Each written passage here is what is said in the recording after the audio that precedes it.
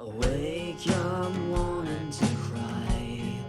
I really don't mind, I get I'll let out a sigh.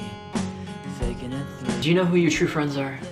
Because to be honest with you, it's a difficult question, and it's something that if you meditate on it for a long period of time with the right values in mind, you'll quickly find out who is and probably isn't your true friend. But before I get into that, I wanted to tell you how I think I figured this out myself, and that is the difference between pleasure and joy. And this is an idea from George Lucas. I was watching something from like some speech that he gave a couple of years ago, and it blew my mind because it's an incredibly simple idea, but it's something that can easily be applicable to your relationships with other people, your family, etc. Where this gets interesting is George Lucas says that there's obviously happiness, and we're all in some sense pursuing happiness, right? You can bifurcate happiness into two very different things, and like I said, pleasure and joy. So pleasure is something that lasts like a minute, it lasts about an hour, a month, and a very brief period of time, and it's all just about feeling good briefly in a moment. Like when you first buy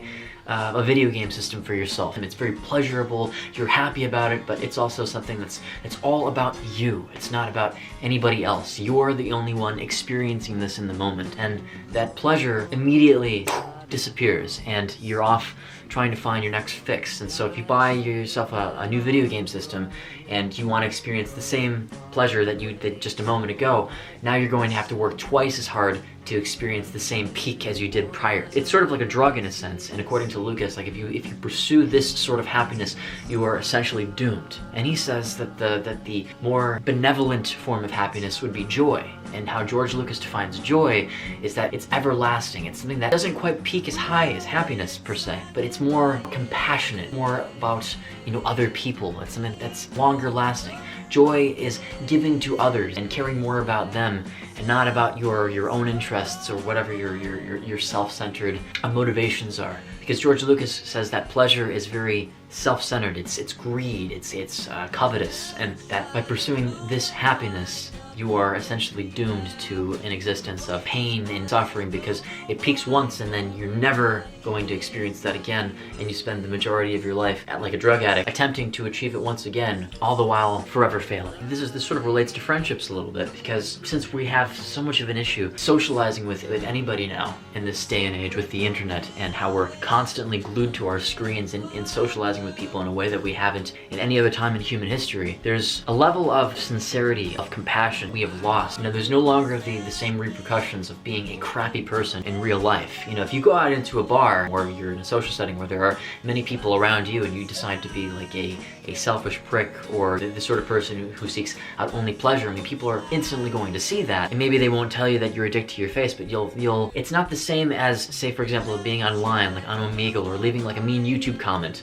Like being a shitty person on the internet, you can eschew the consequences of being a crappy person online, because it's just by one click of a button, you're essentially done. Say you're on Omegle, right? You're on Omegle with somebody, and you've never met them before, and you don't think that they look great, or you think that they look stupid. You could say, you're fucking ugly. Who the hell likes you? You're the dumbest piece of shit that I've seen since I woke up this morning. And then you click off, and there are no consequences. But could you imagine saying something akin to that in real life? How that sort of relates to this happiness and joy thing is we're always focusing on what makes us feel good, and there's no motivation to be a likable person. But like a likable person in like the sincerest sense. There's so many of these folks online now who believe that if you hold a very particular opinion, if you signal your virtue online to others, everybody is going to prostrate themselves in front of you and tell you that you're God. I respect people who have their belief system more for themselves as opposed to looking good for others. It's a problem I have with the lack of sincerity in many of the people I've met in my life now, because you have opinions to make themselves feel good, for that pleasure, not for joy, but for pleasure. It's like, ooh, people like me. They like me because I have the correct values. And then these same people continue to post to their social media about whatever beliefs they hold in hopes that they continue to receive this validation, when I guarantee you that the majority of those who followed the accounts in the first place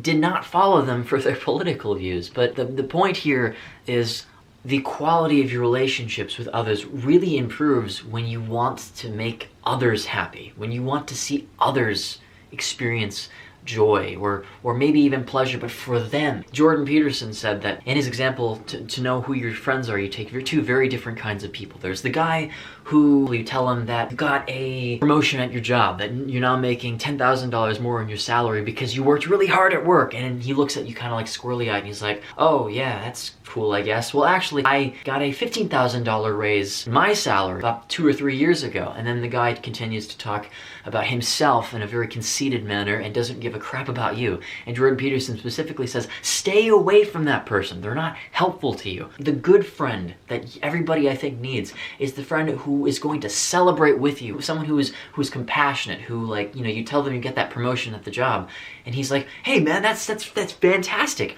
I'm genuinely happy for you. Let's go out and have a drink. Let's participate in some celebratory, I think celebratory is the word, celebratory activity where we can talk about how this is such a great step in your life. Giving to your friends, like, you bolster that bond with that person. They're happy. You're creating an environment where you are minimizing the suffering, and you are experiencing true fraternity with another person. Solidarity, however you would like to call it. And there's not a lot of that now. We're so lonely because it's all about us. You know, I gotta think about this a little bit more, but I definitely think that I'm guilty of it too. I'm definitely guilty of the dopamine hits I get on Instagram, I get on Twitter, because when you post something and you get that notification, you're like, oh yeah, this feels really good. I think, who's that one guy? Simon Sinek was the guy who posted that video a long time ago. I forget exactly the title of it, but he specifically claimed that we all like notifications coming from social media because it feels good. It's a dopamine hit. It kind of contributes to a lot of our self-obsession now. And I wanted to get this out because I would like to help others. I really enjoy making these videos for everybody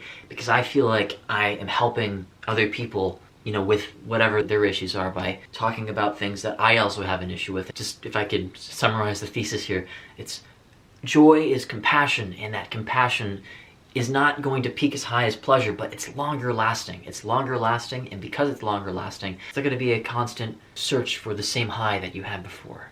If anybody's interested in talking to me, make sure to subscribe to the YouTube channel, and then check me out at Tantris Humble TV on Instagram. Please leave a comment below the video.